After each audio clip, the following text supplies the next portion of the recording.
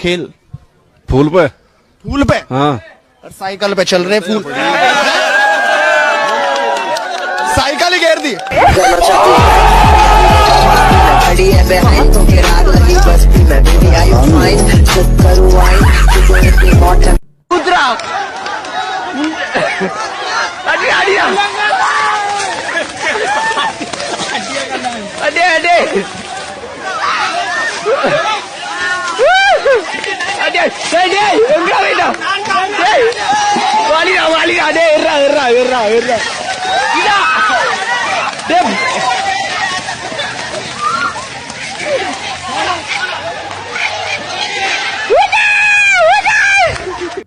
उस वीडियो जो मेरे पास पहुंचा उसमें उस गरीब महिला बुजुर्ग मां से पूछा कि आपके यहां चुनाव कब है।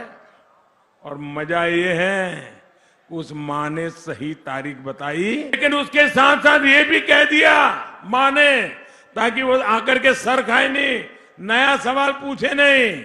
उन्होंने कहा चुनाव है फलानी तारीख को और हमने नमक खाया है, हम धोखा नहीं देंगे। चुनाव है ये तो पता है। चुनाव है ना साल में। हाँ 20 तारीख को 20 तारीख को। कितनी अच्छी बात है, माता जी को पता है कि 20 तारीख को चुनाव। 20 तारीख को चुनाव खाया, हम बहुत धोखा नहीं देंगे। उस बुजुर्ग महिला से फिर पूछा किसका नमक खाया है, किसे धोखा नहीं देगी। तो उस मां ने कहा मोदी का नमक खाया है। इसको धोखा नहीं दोगे, किसके लिए बोल रहे हो? मोदी को। पक्का मतलब मोदी को धोखा नहीं दोगे? नहीं ऐसा नहीं। फिर उस बुजुर्ग महिला से पूछा गया कि मोदी ने ऐसा क्या किया है। साथियों, इस गरीब बुजुर्ग मां ने उत्तर दिया, ये उत्तर मैं कभी भूल नहीं सकता। उस मां ने कहा मोदी राशन दो हमें। ये क्यों लगता है कि मोदी को मतलब मोदी ने क्या किया ऐसा? राशन दो हमें। राशन दो। राशन दिया। ऐसा नहीं है भैया, उनका खाए रहे तो भैया उनको खाए रहे। उनका खाए रहे बेटा। अच्छा। मोदी जी का खा रहे दिया। उनका खाए। कितना राशन मिलता है? उनको मिल जाते हैं 20 किलो गेहूँ मिल जाते हैं और चावल मिल जाते 15 किलो। ये मेरा सौभाग्य है कि वो बूढ़ी मां जो कभी मुझे मिली नहीं है, वो मां इतना मुझे आशीर्वाद दे रही है। जी, अगर बात केवल हर्ष के कत्ल की होती तो फेसबुक पोस्ट या हिजाब इसको जिम्मेदार भी मान के चर्चा आगे की जा सकती थी। दिल्ली के दंगों को 2 साल पूरे होने को आए हैं अमन भाई। तब से हमने आईबी ऑफिसर अंकित शर्मा हो या दिलबर नेगी हो, किशन भरवाड़ हो, रूपेश पांडे हो, हर्ष हो, एक एक करके ये जवान नौजवान हंसते खेलते चेहरे, इनकी जो निर्मम निशंस हत्याएं हो रही हैं।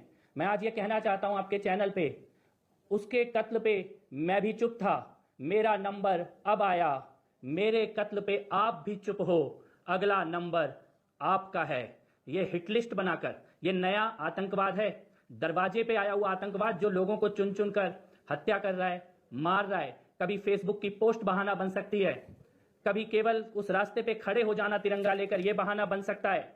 लेकिन जिस प्रकार से हिंदू लड़के और लड़कियों को देश भर में, मैं अभी रूपेश पांडे के यहां होके आया, झारखंड एयरपोर्ट पे मेरे को रोक लिया गया, उनकी जिस प्रकार से हत्या हुई सरस्वती पूजा के कारण। और हर्ष ये बच्चा ये तो क्या बोल रहा था, ये तो एक सेकुलर डिमांड कर रहा था कि सबकी एक जैसी यूनिफॉर्म होनी चाहिए।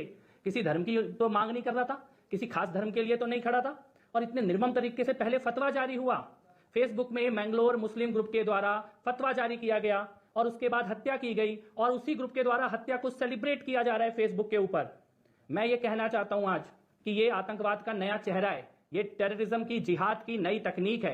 देश भर में हिंदू लड़के और लड़कियों को निशाना बना के उनकी हत्याएं की जा रही हैं और चुप रहकर, शांत रहकर या सच से मुंह छुपाकर हिजाब के ऊपर जो देश दुनिया में लोग तमाशा बनाते हैं कि मुस्लिम जीनोसाइड होने वाला है, वो मीडिया के लोग और वो राजनेता जो बार बार इस प्रकार का भय पैदा करते हैं, इन हत्याओं के असली जिम्मेदार वो हैं जो सच को छुपा रहे हैं और झूठ को बड़ा करके दिखा रहे हैं, जिससे कि माहौल ये बने कि अत्याचार मुस्लिमों पे हो रहे हैं और जमीन पे ये बच्चियों को निर्मम तरीके से मारा जाता रहे। चीन में रोज़ा, रमज़ान, बुरखा, दाढ़ी, नमाज आदि पर प्रतिबंध लगा हुआ है। म्यांमार के अंदर मस्जिदें सारी की सारी गिरा दी गई। जापान में इस्लाम के प्रचार करने पर रोक है। फ्रांस में 210 मस्जिद एक ही दिन में गिरा दी गई।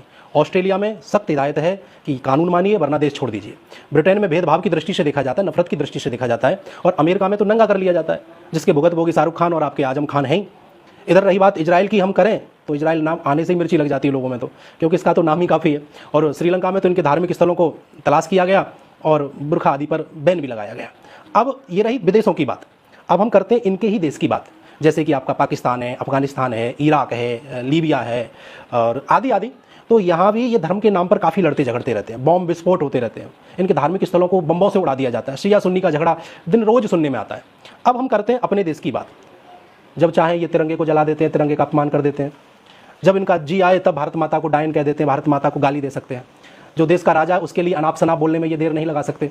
और हमारे देवी देवताओं की जब मन करता तब इनका नंगी पेंटिंग बना देते हैं। और पाकिस्तान जिंदाबाद के नारे तो अब आपको लगभग हर चुनावों में और हर गलियों में सुनने के लिए मिलते रहते हैं। ये हमारे देश में ही इनको परेशानी है, हमारे देश में ही इनको सबसे ज़्यादा कष्ट लगता है। अब हम बात करें समाज सेवियों की, बुद्धिजीवियों की, नाटक सोशल मीडिया पर और जो आपके बॉलीवुड है, फिल्म इंडस्ट्रीज़ है, वो जब भी इन्होंने कभी भी हलाला के ऊपर, गजवा हिंद के ऊपर, ट्रिपल तलाक के ऊपर, मदरसा छाप शिक्षा के ऊपर, पत्थरबाजी के ऊपर, जनसंख्या विस्फोट के ऊपर, बहु विवाह पर, बुरखा पर, जिहाद पर, आतंकवाद जैसी बुराइयों को कभी भी अपने कैमरा में दर्शाया नहीं। हाँ, हिंदुओं के बारे में, हिंदू धर्म में इतनी सारी बुराइयां दिखती, इतनी सारी कमियां दिखाई देती हैं कि ये जब भी कोई फिल्म निकालते हैं, जब भी कोई सीरियल निकालते हैं, उसमें हिंदुओं की ही बुराई दिखाते हैं ये लोग। हैं? और आपको मैं बताना चाहूँ, एक ऐसा सच भी मेरे पास है आज, जिसे आप सुनोगे तो आपके हलक में निवाला रुक जाएगा।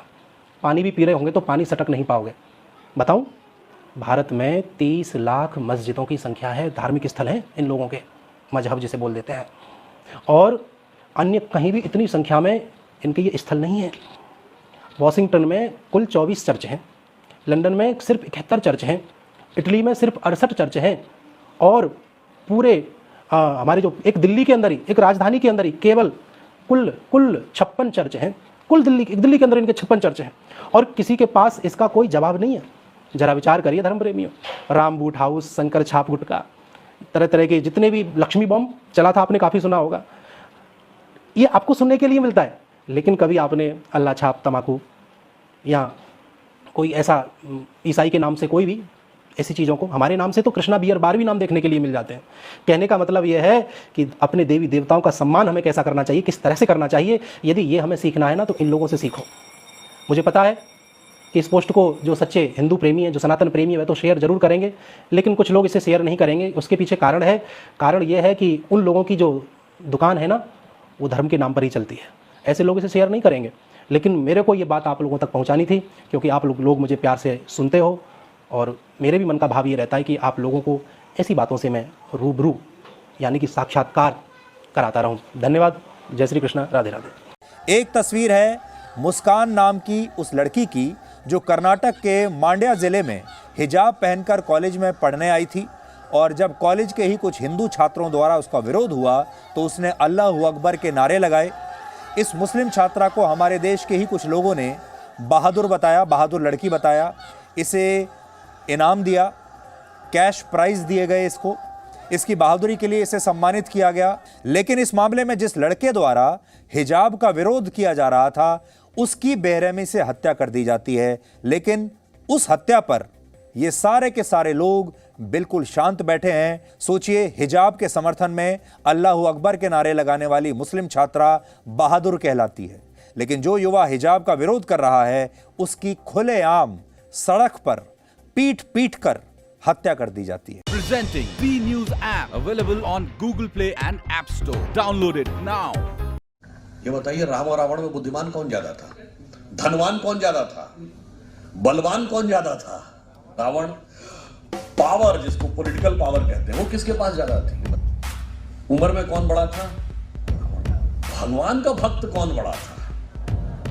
वो कहता मुझसा पंडित मुझसा जो था और न कोई दूजा है, अपने शीशों को काट काट शंकर को मैंने पूजा है। इतने बड़े पुजारी तो राम भी नहीं थे। भैया अगर सब में वो बड़ा था तो कौन सी चीज ऐसी थी जिसमें राम बड़े थे और इतने बड़े हो गए कि रावण की सारी श्रेष्ठता धरी की धरी रह गई?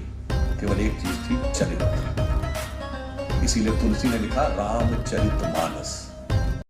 लगातार बयानबाजियां शुरू हो जाती हैं, हिंदुओं को भड़काया जाए, कह रहे तुम्हारी नस्लें बर्बाद हो जाएंगी, फिर योगी मोदी चले जाएंगे तो कौन देखेगा? इस पे आप ओवैसी जी बहुत सही कर रहे हैं, क्योंकि वो भारत में पल रहे हैं। अगर यही बयान पाकिस्तान में, अफगानिस्तान में, यमन में, यरूशलेम में अगर किसी व्यक्ति ने दिया होता बयान, तो अब तक उसकी वो आंखें खोद दी गई होती और जिस हाथ से उसने हाथ उठाकर कहा है वो हाथ काट दिए गए होते। 1 मिनट के लिए गोधरा में पुलिस हटी थी, क्या हुआ था? अगर 1 मिनट के लिए हट गया तो ओवैसी नहीं, ओवैसी का खानदान समाप्त हो जाएगा।